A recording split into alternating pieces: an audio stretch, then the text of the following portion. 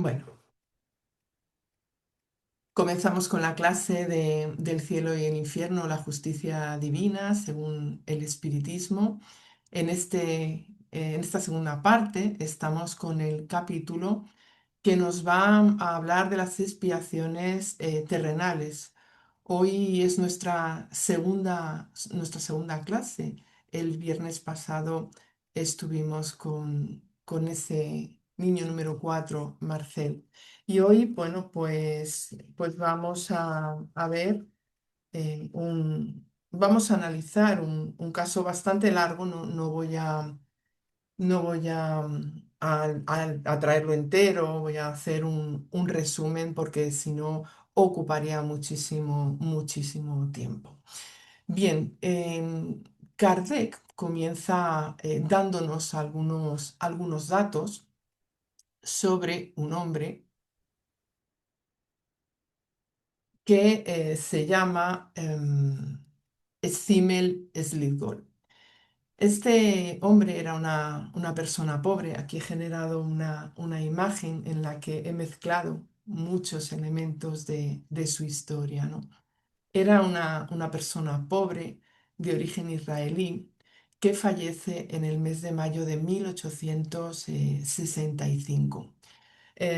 Según el relato, él vivía en Vilna y en ella pasó pues 30 años mendigando, tal como viene aquí en la imagen, ¿no? Con un platillo en la mano.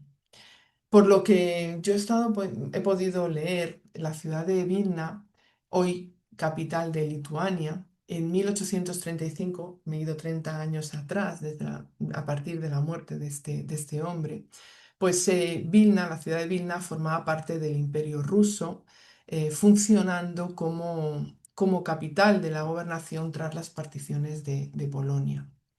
Y era un importante centro cultural y religioso conocido como la Jerusalén de Lituania, porque tenía una significativa comunidad judía, ¿no? En el año de la muerte de nuestro protagonista, pues la ciudad se hallaba, ya en el 65, se hallaba bajo un estricto dominio del Imperio ruso, tras el levantamiento polaco de enero de 1863. Y dicen, bueno, dice la historia, ¿no?, que fue sofocado brutalmente por Mikhail Muraviov, dejando pues una ciudad con grandes restricciones en cuanto a las libertades ciudadanas. Bueno, a lo largo de esos 30 años, Zimmel se recorrió la ciudad de un lado a otro, emitiendo una frase a la vez que iba con ese platillo en la mano, a la vez que pedía. Y esta frase es la que tenemos en pantalla. Él decía: acordaos de los pobres, de las viudas y de los huérfanos. De esta manera consiguió reunir 90.000 rublos, pero no los guardó para él. Todo lo que él iba recogiendo, pues lo destinaba a los más necesitados. Esta persona buscaba aliviar los sufrimientos de los demás, e incluso pues les ayudaba a tener una vida mejor. ¿Cómo lo hacía, no? Porque nos están presentando a una persona que, fijaros, ¿no?, iba por las calles pidiendo, ¿no? Pues él confortaba y curaba a los enfermos. Nos dice que pagaba la enseñanza de los niños pobres, que distribuía entre los necesitados la comida que le daban. Y luego, por la noche, quitándoselo de su descanso, preparaba el rape que luego vendía a fin de proveer a sus propias necesidades, porque lógicamente él tenía que sustentarse, y destinaba pues a los desheredados lo que sobraba, que por lo que podemos deducir era mucho, porque él dejaba para sí mismo muy poquito, lo básico, ¿no? Y esto lo hizo Stimmel transitando por esa existencia y él decía que estaba, y es así, estaba solo en el mundo. Daos cuenta de qué labor tan dura, ¿no? Y qué propósito tan bello, ¿no? Stimmel era un alma entregada a los demás, que nosotros conocemos solo y exclusivamente porque Gardner recoge su caso. Yo pensaba, ¿cuántas personas no habrá en el mundo así, que pasan de manera anónima y nadie sabe lo que hacen? Incluso, pues las miramos de lado pensando que no hacen nada y ya quisiéramos nosotros siquiera, pues, tener un poquito de esta valía. Pero es cierto que no pasó desapercibida su sensibilidad en esta ciudad donde él vivía, porque se nos cuenta que el día de su entierro acudió a despedirle una gran parte de la población de Vilna y los almacenes cerraron sus puertas. Esto nos suena mucho a nosotros, ¿verdad? Porque esta situación, por ejemplo, se vivió cuando nuestra querida Amalia Domingo Soler falleció. Cerraron hasta las fábricas y salió mucha gente, ¿no? Toda la población prácticamente a despedirla. Son diferentes contextos, diferentes lugares, pero el bien tiene su reconocimiento de una manera o de otra. Bueno, no se dice dónde fue enterrado, pero yo os he traído aquí una foto del cementerio de Rasos o de Rasa, que fue fundado en 1801 y la principal, en esa ciudad, y la principal razón de su creación fue la expansión de la ciudad. En 1799 se prohibieron los entierros en la iglesia de San José y San Nicodemo y en otros cementerios dentro de los límites de la ciudad. Entonces, pues yo, para situarme, pues me gusta imaginar que quizá pudo enterrarse ahí.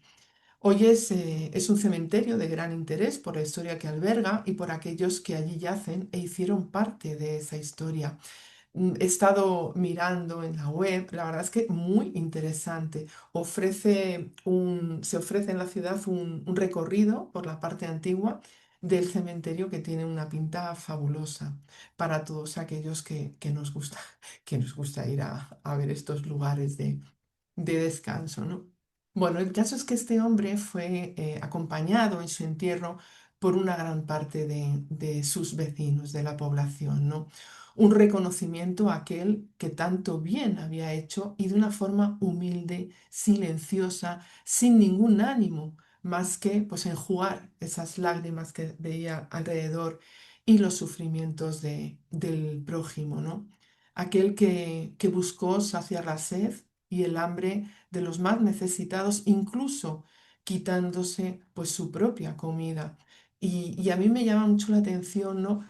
Esta cuestión que explican de que pagaba la educación de los niños, ¿no? Más favorecidos. Se preocupó por dar a esos niños porque esos niños tuviesen una instrucción. Sabiendo lo que sabemos, pues su despertar en la vida espiritual tuvo que ser cuanto menos tranquilo y sereno. Y de esto vamos a hablar hoy. En el mes de junio de 1865, un mes después de su muerte, pues tiene lugar la evocación de este espíritu en la Sociedad Espírita de París. Yo preguntaba, "Jo, la ciudad de Vilna, ¿no? ¿Y qué lugar?" Pero es que Allan Kardec tenía conocimiento de lo que ocurría en muchos sitios por toda esa correspondencia que mantenía, por todo esa red, ¿no? de conexiones que le permitía la revista Espírita y que él mismo pidió. Si os acordáis que estamos estudiando la revista Espírita todos los últimos jueves de mes, pues ahí vemos cómo tenía contactos en muchos sitios. Entonces, he visto en la revista Espírita, esto es así como un detallito de nada, pero pues que también hay otro caso que se habla dentro de la ciudad de Vilna. Esta vez, esto es antes, en la revista de mayo de 1861, y se trata de un hecho que ocurrió en 1852 con una niña de 12 años. Si queréis buscar el artículo, lleva por título El ángel del cólera. Es un artículo muy interesante que también ocurrió en esta ciudad de Vilna. Bueno, vamos a pasar a la evocación. Le evocan y inmediatamente se presenta Szimmel con estas palabras, ¿no? Él dice, con júbilo alcanzo finalmente la plenitud que más ambicionaba y que tan caro me costó. Aquí estoy entre vosotros desde el comienzo de la reunión. Agradezco que os ocupéis del espíritu de este pobre mendigo que con satisfacción tratará de responder vuestras preguntas. Una vez agradecida su presencia, le piden que narre su situación como espíritu. También le piden que explique las causas que determinaron el género de vida que tuvo en esta última encarnación que hoy analizamos, ¿no? Entonces él responde, en primer lugar, conceded a mi espíritu, consciente de su verdadera situación, el favor de daros su opinión acerca de un pensamiento que se os ocurrió acerca, repite, de mi personalidad. Previamente solicito vuestro consejo en caso de que mi opinión sea falsa. Me parece fundamental analizar el lenguaje y la expresión de Zimmel. Cuando se presenta, él se muestra agradecido, se muestra alegre, porque claro, él lo dice, no ha alcanzado aquello que buscó en vida y que tanto le había costado teniendo en cuenta pues las duras condiciones de su último paso por la tierra en esta ciudad y en esta situación también política, todo lo que le rodeaba, ¿no? Em, Nos dice que también él está en la reunión desde el comienzo. Entonces ya había una previsión y una fuerte disposición por parte del Espíritu. Todo en él expresa humildad, ¿no? Ha estado escuchando las conversaciones anteriores a su manifestación, entonces pide poder dar su parecer ante ese pensamiento que ha captado, ese pensamiento que ha llegado, o esa, bueno, sí, era un pensamiento, ¿no? que le ha llegado, y además es un pensamiento que a él le concierne, y no solamente eso, sino que se muestra abierto a cualquier consejo que se le dé si alguno de los presentes encarnados opina que está errado. O sea que ya su postura inicial es de una humildad que evidentemente está trabajada durante tiempo. Bueno, vamos a continuar porque dice... eh, ¿Os parece singular que las manifestaciones públicas hayan alcanzado semejante dimensión para rendir homenaje a la memoria de un hombre insignificante que por su alma caritativa supo conquistar esa simpatía? No me refiero a vos, claro, cómo se dirige Allan Kardec, querido maestro, ni a ti, estimado medium, ni a vosotros, verdaderos y sinceros espíritas. Hay comentarios dentro de la revista Espírita, dentro de este libro El cielo y el infierno. En este sentido, siempre los espíritus en diferentes, en bastantes ocasiones, hacen notar el carácter serio de las reuniones que tenían, que tenían lugar en la sociedad parisiense, ¿no? Bueno, continúa, sino a las personas indiferentes a la creencia. En esas manifestaciones no hubo nada extraordinario. La presión moral, el resaltado es mío, la presión moral que ejerce la práctica del bien sobre la humanidad es tal que, por más materializada que ésta sea, siempre se inclina para venerar al bien, a pesar de su propensión al mal. He señalado este párrafo en negrita porque me parece que trae una extraordinaria lección.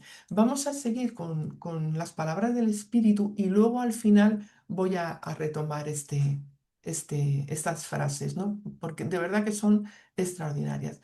Stimmel, sabiendo del interés real que muestran los asistentes a la reunión, de conocer sin ánimo de curiosidad las causas que determinaron esta existencia del mendigo de Vilna, pues pasa él a narrarlas. También dentro de la narración vemos, y él mismo yo creo que lo dice, em, dispone de una total libertad para hacer esa narración. Porque yo creo que esto es porque él se ha liberado de todo aquello que le ancla a un pasado doloroso y por ello puede contarlo con serenidad. En otras narraciones hemos visto cómo les costaba a los espíritus hablar de sus experiencias más recientes o anteriores, pero él lo hace con libertad, lo hace sin exceso de... No le pone ninguna carga. Como la narración que nos viene es bastante larga, pues yo voy a haceros un resumen con algunos puntos destacados. Él dice que era siglos atrás, él vivió en la tierra con título de rey o al menos como príncipe soberano. Entonces, en esta reencarnación pasada, ya de siglos atrás, era dueño absoluto del destino de todos aquellos que estaban en los límites de su territorio, de sus súbditos. Él gobernaba, pues, con crudeza, se define a sí mismo como un auténtico verdugo. Tenía un carácter impetuoso, tenía un carácter violento y además era avaro y sensual. Con todo esto, pues no es de extrañar que explique que abusó del poder que tenía para oprimir al débil, que eran todos, porque si él era el rey de todo, pues los demás consideraba que eran menos y, lógicamente, ante él pues eran débiles. Subordinó los oficios, los trabajos, hasta las pasiones y dolores al servicio de sus propios goces. Bueno, continúa diciendo que imponía un diezmo. Esto es terrible. Lo que cuenta aquí es terrible. Dice, imponía un diezmo al producto de la mendicidad, fijaros. Y nadie podía mendigar sin que por anticipado él se hubiese apropiado de una cuota abultada de esas sobras que la piedad humana dejaba caer en las alforjas de la miseria. Es que esto, o sea, tenían poco porque él am, s- me imagino, estaba rodeado de riquezas y aún así, lo poco que tenían, él les imponía que dieran más todavía de lo que les faltaba, vamos, o sea, tremendo, tremendo. A fin de que no disminuyera la cantidad de mendigos entre sus súbditos, prohibía a esos desdichados que dieran a sus amigos y familiares, a sus allegados carentes, la insignificante parte que pudiera sobrarles. Imagina, no, no, o sea, no, sobrarles les sobraba poco, pero es que encima no les dejaba dar absolutamente nada. Es el colmo de la avaricia. Y él se define así. Hay que tener serenidad para poder narrar esto em, y reconocer lo que has sido y la vida que has tenido y expresarlo. Fui todo lo cruel que uno puede imaginarse en relación con el sufrimiento y la miseria ajenos. En fin, una vida muy, muy cruel. Ahora vamos a ver qué encontró al llegar al llegarle la muerte a este poderoso gobernante. Él dice, acabé por perder lo que vosotros denomináis vida, acosado por tormentos y horribles dolores. Pues hombre, normal. Mi muerte fue un modelo de terror para aquellos que, como yo, aunque en menor escala, participaban de mi manera de ver. Tú y los tuyos, pues lo pasasteis muy mal, porque evidentemente con semejante paso por la tierra, ejerciendo un poder ilimitado de manera cruel, sin ningún tipo de miramiento por el bienestar del prójimo y abusando de un puesto que podría haber sido utilizado para la mejora de los suyos, ¿no? Pues entonces este espíritu, el espíritu de este rey y de todos los que así se comporten, pues sufrió tremendos tormentos em, yo creo que indescriptibles, ¿no? Pero claro, de eso nos damos cuenta cuando, cuando vamos al otro lado. Y él lo está contando en retrospectiva, o sea, que tardó. Bueno, conforme se cae el velo de la materia, como dice Simmel, pues va dándose cuenta de la cantidad de errores que había cometido. Él estuvo sintiendo la influencia terrible de su propia conciencia y de los que fueron sus víctimas, aquellos que desgraciadamente, tampoco se olvidan de los padecimientos que sufrieron a causa de su iniquidad, porque claro, Él hace sufrir indeciblemente a los demás por su terror, bueno, por todas estas características que Él tenía, pero aquellos que son sus víctimas también se llenan de odio, se llenan de deseos de venganza y acumulan en el estado espiritual pues tantos sufrimientos que mismamente pues se vuelven sus perseguidores de aquel rey y de ellos mismos, porque a nadie beneficia este sentimiento, ¿verdad? De odio, de rabia, aunque podemos entenderlo, ¿no? Bueno, como espíritu permanecía en la erraticidad durante 3 siglos y medio. Transcurrido ese lapso, comprendí que el objetivo de la encarnación era por completo diferente de lo que mis sentidos groseros y obtusos habían pretendido. Yo siempre digo, lo digo ahora, claro, porque creo que lo he aprendido, nadie viene aquí a matar, nadie viene aquí a humillar, nadie viene aquí a pisotear, nadie viene aquí a coger un poder para ponerse muy por encima de los otros solamente, no. Él no se dio cuenta, no, hasta que no pasan ya tiempo después de que muere, de que ese no era el objetivo de su reencarnación, ¿no?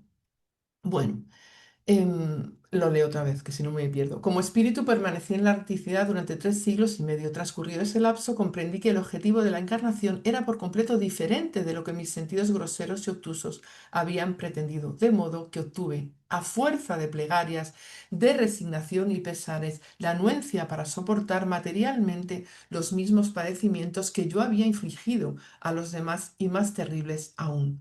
Obtenido el permiso, Dios me concedió que por medio de mi libre albedrío acrecentara mis dolores físicos y morales. Gracias a la asistencia de los espíritus buenos, persistí en mi decisión de practicar el bien y les agradezco que me hayan impedido sucumbir bajo el fardo que me había propuesto cargar. Esto es importantísimo. Aquí vemos varias cuestiones relevantes. Él permanece mucho tiempo experimentando las consecuencias interiores de sus actos.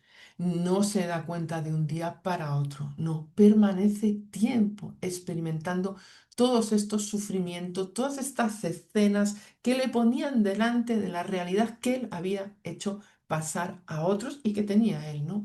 Analiza, reflexiona, comprende, entonces ora, se resigna conscientemente en la introspección, evidentemente se arrepiente y entonces quiere reparar tantísimo daño. Él considera que necesita volver para obrar mucho mejor y sentir en sus propias carnes las miserias que le harían pues esforzarse aún más y fortalecer su voluntad de realizar el bien en una dimensión que siglos atrás ni siquiera contempló con todo su poder. Yo entiendo que pasa tanto tiempo porque primero necesitas analizar, pero claro, es que vas a volver. Y ahí cuando vas a volver dices, pides volver, sí, pero la decisión de volver tiene que estar muy meditada porque sabes que tienes que hacer el bien para en ti tener una conciencia tranquila. Y es difícil, ¿eh? Pedir una reencarnación en esas circunstancias que seguro muchos hemos pasado, no está concretamente ni que hayamos sido reyes, ¿no? Pero cada uno pues con nuestros miedos y con nuestras historias particulares, ¿no? Entonces obtiene el permiso para ello y experimenta esa vida de entrega y se muestra profundamente agradecido por ello. Vamos a ver cómo lo detalla. Finalmente, completé una existencia. Aquí ya nos está hablando del resultado de esa existencia que estamos conociendo hoy en el cielo y el infierno como mendigo. Finalmente completé una existencia de abnegación y caridad que sirvió para el rescate de las faltas de la otra, caracterizada por mi crueldad e injusticia. Iba a contar un poquito cómo fue esta vida en Vilna. Nací de padres pobres y quedé huérfano muy temprano. Aprendí a ganarme el pan a una edad en que muchos consideran que aún no es posible comprender esas funciones. Viví solo, sin amor, sin afectos y desde el comienzo soporté las mismas brutalidades que yo había ejercido sobre otros. ¿Veis? Él utiliza palabras contundentes, pero las pone, las nivela. O sea, yo soporté brutalidades, pero yo las había hecho y de esto saco un aprendizaje. Dicen que las sumas que mendigué fueron destinadas en su totalidad al alivio de mis semejantes. Es un hecho indiscutible y sin orgullo ni afectación, aquí lo dice él perfectamente, sin afectación, debo agregar que en numerosas ocasiones, sacrificando necesidades relativamente urgentes, muy urgentes, aumentaba el beneficio que me permitía hacer la caridad pública. Esto es para mí también es humildad. Mm, Desde mi punto de vista, la humildad es decir las cosas como son. Decir las cosas como son. Sé que hice el bien. Sé que me privé de muchas cosas. Sé que este bien que hago es porque hice muy mal antes. Estoy diciendo lo que soy, la verdad. Y para mí decir la verdad es ser humilde.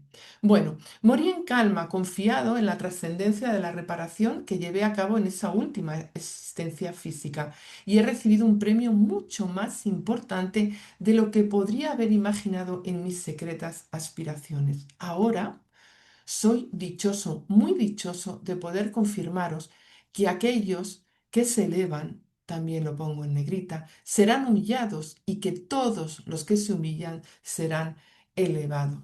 Lo he resaltado de nuevo esta frase porque es fundamental y creo que sirve como perfecta ilustración de la vida de este hombre. Encontramos un desarrollo excelente de ella en el capítulo 7 del Evangelio según el Espiritismo, Bienaventurados los pobres de espíritu.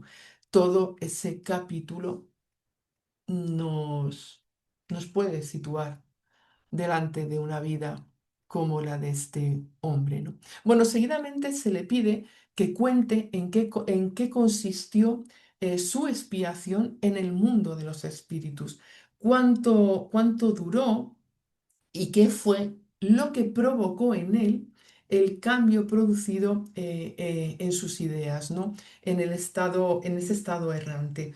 ¿Cuánto tiempo pasa desde que mueres como rey em, hasta que decides pedir esa reencarnación? ¿Qué hace? ¿Qué ocurre en ti para que se produzca ese cambio tan grande, ¿no? Bueno, Stimmel muestra su serenidad en estas respuestas porque esto es lo mismo que antes, ¿no? Aunque el recuerdo le resulte doloroso, para él no es insoportable. Em, por esta conciencia que pone de su situación, por esta humildad, ¿no? En otros casos hemos visto que, pues eso, le dice, ¿cómo fue? ¿Qué te pasó? ¿Qué ocurrió? Y sufren un dolor que muchas veces no quieren ni hablar, ¿no? De ello, pero él sí, él puede hablar de lo duro que fue. Voy a resumirlo, ¿no?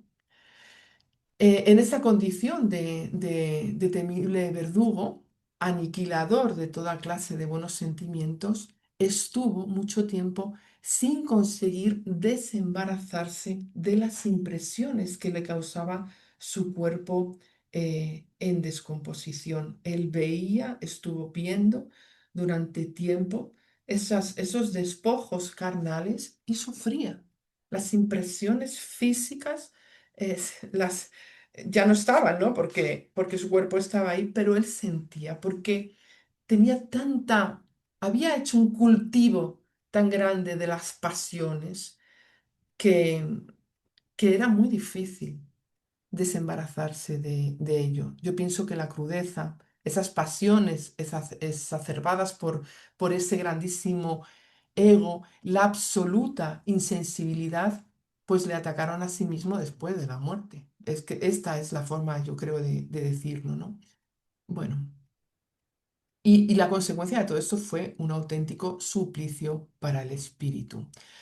Hasta que, bueno, con el tiempo se produjo ese desligue psíquico de su cuerpo, de sus despojos, pues como he dicho, ¿no? Estuve viendo cómo los gusanos le roían y le provocaba, según sus palabras, un dolor indescriptible.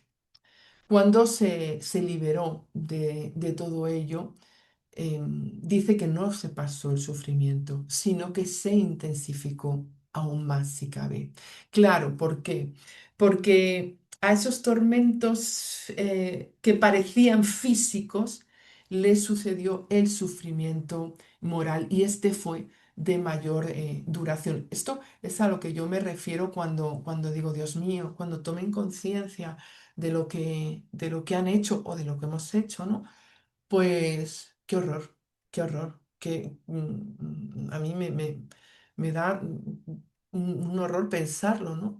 ¿Cuál puede ser el sufrimiento si nosotros a lo mejor hacemos, yo qué sé, una cosita de nada en el cómputo de todas las historias y o regañamos con nuestros hijos o tenemos una discusión con alguien o hemos hecho a mala uva daño a alguien y luego cuando nos arrepentimos nos da una congoja tremenda como tiene que ser verte ante una vida de este calibre, ¿no? En fin, tremendo. Bueno, eh, mm, se le condujo delante de cada una de las víctimas. Y estas víctimas podemos imaginar que serían muchas, pues era gobernador de una población, ¿no? Ante él se repetían las escenas de sus crímenes. Es que es por atracción, estas víctimas crearon odio hacia él.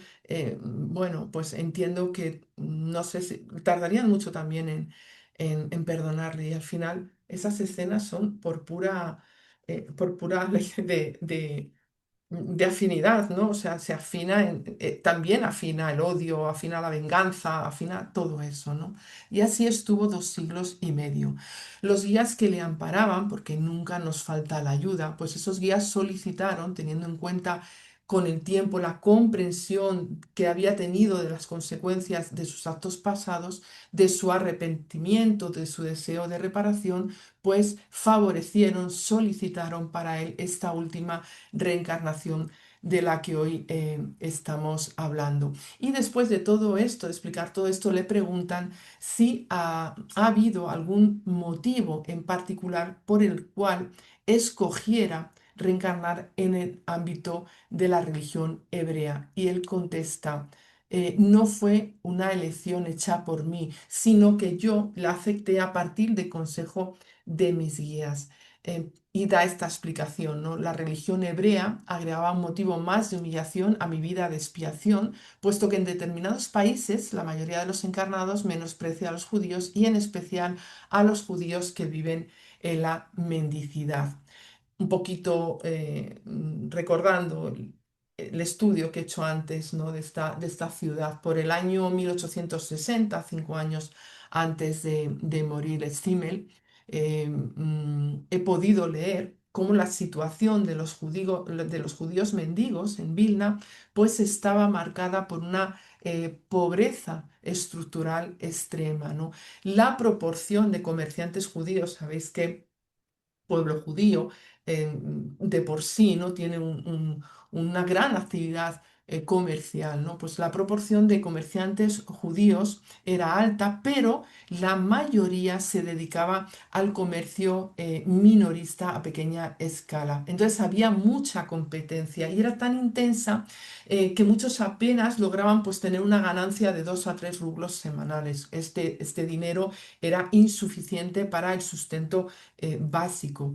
Entonces había, incluso para aquellos que comerciaban, no tenían posibilidades apenas. Y hasta 1861 los judíos en ese lugar tenían prohibido residir en ciertas calles de Vilna, lo que hacinaba a los más pobres en barrios específicos y limitaba pues las posibilidades económicas. Además, también Vilna, que recordáis que hemos dicho, ¿no? Era la Jerusalén de Lituania, pues atraía constantemente a judíos pobres de otras regiones que buscaban trabajo, lo que aumentaba el número de personas en situación de calle y la competencia por los limitados recursos de caridad. Desde luego era el lugar adecuado para llevar a cabo su aprendizaje.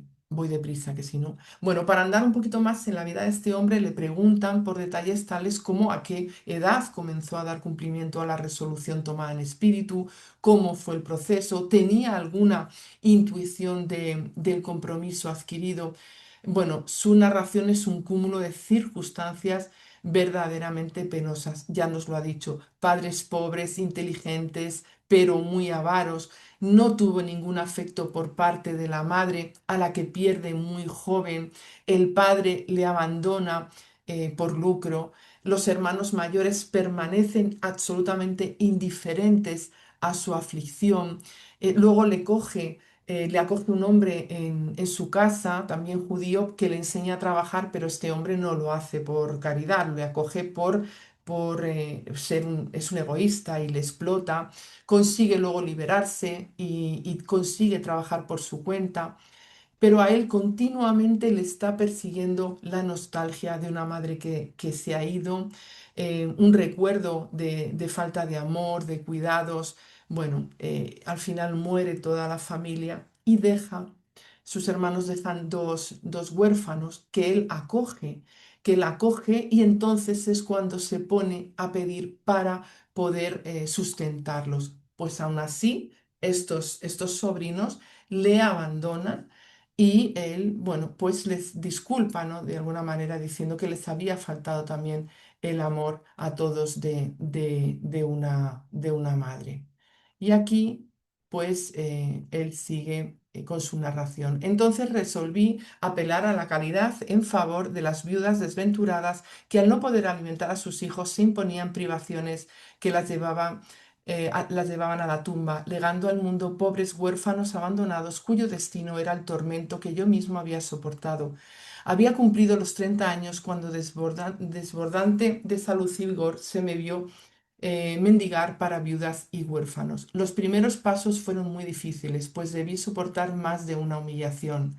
No obstante, cuando se cercioraron de que realmente distribuía entre los pobres la totalidad de lo que recibía, cuando se enteraron de que también agregaba en bien de ellos el remanente de mi trabajo, conquisté una especie de consideración que no dejaba de resultarme gratificante y realiza una exposición final. Dice, he vivido 60 y tantos años y nunca dejé de atender la tarea que me había impuesto. Por otra parte, la conciencia nunca me hizo sentir que causas anteriores a esa existencia fueron la razón de mi proceder. Este comentario me ha llamado la atención porque es una manera de decir que su propia conciencia la situaba, no, su propia conciencia le colocaba, le situaba en el presente, sin ninguna necesidad de culpa. Él solo va a obrar consecuentemente analizando esta existencia que le ocupa. Pero dice, solo un día antes de que comenzara a mendigar, escuché estas palabras, no hagáis a los demás lo que no quisierais que os hiciesen. Asombrado por los principios generales de moralidad que estaban contenidos en esas pocas palabras, a menudo me parecía escucharlas con el agregado de estas obras. Por el contrario, de estas otras. Por el contrario, haced lo que quisierais que os hiciesen. Sustentado por el recuerdo de mi madre y por mis propios padecimientos, continué transitando la senda que mi conciencia me indicaba que era correcta. Eh, yo siento aquí que sus guías le hacen continuamente llegar estos mensajes para apoyar una tarea que tenía que llevar a cabo por él mismo, evidentemente, y se despide sabiendo que aún le queda un camino por recorrer. Dice, voy a concluir esta extensa comunicación diciéndoos gracias. Todavía no soy perfecto, no obstante, como sé que el mal solo conduce al mal, una vez más, como ya lo he hecho, me dedicaré al bien para alcanzar la felicidad. Stimmel Slitgol. Bueno, como decíamos en la clase anterior, estos casos nos muestran reencarnaciones en las cuales el deseo de reparar mediante un bien mayor está muy marcado en el espíritu. Y ahora, que me dé tiempo, voy a volver a esta frase que habíamos puesto al principio. Para mí es un párrafo importantísimo que nos lleva a meditar sobre el cumplimiento de la ley natural, de cómo todo nos atrae hacia el bien. Y esto he estado pensando y ayer en las clases que dimos también me vino a la cabeza, ¿no? Bueno, me hizo pensar y me acordé de un texto difícil que puede dejarnos elementos para reflexionar y de paso conocer el pensamiento de un autor que a mí me encanta, que es Manuel González Soriano, en su libro El espiritismo es la filosofía. Os voy a traer un texto ya para terminar, que está en la cuarta parte, en la cual él desarrolla unas consideraciones generales en el capítulo 6, sí, creo que es el 6, sí, se titula el espiritismo no puede faltar a la ley divina. El espíritu no puede faltar a la ley divina en el uso de su derecho y su deber. Bueno, evidentemente para entender la profundidad de lo que expone, pues necesitamos analizar los capítulos anteriores, pero yo quiero dejaros aquí, aunque solo sea por mencionar. Repito, es un texto complicado, pero fijaros qué interesante. Y nos dice, el derecho natural del espíritu es la acción voluntaria de su perfeccionamiento, la libertad de cumplir el grado de su deber que quiera en cada momento de su existencia. Luego, la ley del derecho espiritual, que es la ley de la libertad, es la ley del bien. Por eso el derecho del espíritu es solidario de su moral y su deber. Usa más bien de su derecho el espíritu que lo somete a su moral y a su deber. Usa menos bien de su derecho el espíritu que lo emancipa de su moral y su deber. La libertad del espíritu, que es su derecho, debe encontrarse operando de continuo en la voluntad de su mayor progreso y en el de los demás. Entonces, plantea Manuel una pregunta que lógicamente pues nos va a surgir a todos, ¿no? Ante esto. ¿Puede el espíritu faltar a ese deber? Y esta es la respuesta que él da a sí mismo. Sí, pero ese deber es propio de su voluntad, una prerrogativa de su acción. Y la acción o el ejercicio de la voluntad es precisamente el cumplimiento de la ley divina. Claro, porque Dios nos concede absolutamente a todos el libre albedrío. Incluso cuando el espíritu se para en ese camino de progreso, usando, como dice él, menos bien su derecho, se para hasta el límite, por ejemplo, que lo hizo este hombre, Stimmel, sigue cumpliendo la ley de Dios. Y lo aclara Soriano de una manera magistral. Dice, si el espíritu se estaciona, es en el ejercicio de su voluntad. Y ejerciendo su voluntad, cumple la ley de Dios, que es la libertad de realización en el espíritu. Por lo tanto, asevera el autor, el espíritu, tal como expresa en el título de este capítulo, no puede faltar a la ley divina en el uso de su derecho, en el ejercicio de su voluntad. Y entonces nos deja estas sentencias. El deber natural del espíritu es la ley del bien. La ley del bien es la moral. Luego, el deber del espíritu es la moral. El deber moral llega en el espíritu hasta el grado de su perfeccionamiento, que es el grado de su conocimiento apreciativo. Entonces, con el cumplimiento del deber, no, a ver, que lo explique porque es un poco difícil. Como el cumplimiento del deber es propio de la voluntad del espíritu y el ejercicio de la voluntad es el cumplimiento de la ley divina, incluso faltando el espíritu a su deber, por acción de esa voluntad, cumple con la ley de Dios. Es complicado, ¿no? Bueno, toda esta reflexión filosófica es expresada para concluir que por ningún camino nos lleva a la razón, a la posibilidad de que el espíritu falte al cumplimiento de la ley divina. Soriano dice que la creencia en esto, en que se pueda faltar a este cumplimiento, es la soberbia más terrible del orgullo humano, porque esto implicaría creer que el espíritu puede oponerse a la voluntad de Dios o lo que es lo mismo, que el espíritu vale más que Dios. Entonces, yo os recomiendo que leáis este libro, que leáis este capítulo, ¿no? Después de este razonamiento, el cual comparto, Soriano pasa a exponer las extraordinarias consideraciones que llevan a la comprensión de que Dios no castiga, sino que quien se falta y se castiga a sí mismo es el espíritu, resaltando también en sus palabras la responsabilidad de cada uno de los espíritus ante su propia conciencia, encontrando por ello la redención por medio de su trabajo, de su expiación, de su reparación y de su purificación. Entonces yo pienso, he traído este libro porque pienso que nos ayudará a comprender qué lleva a un espíritu, como en el caso de Simmel, a volver voluntariamente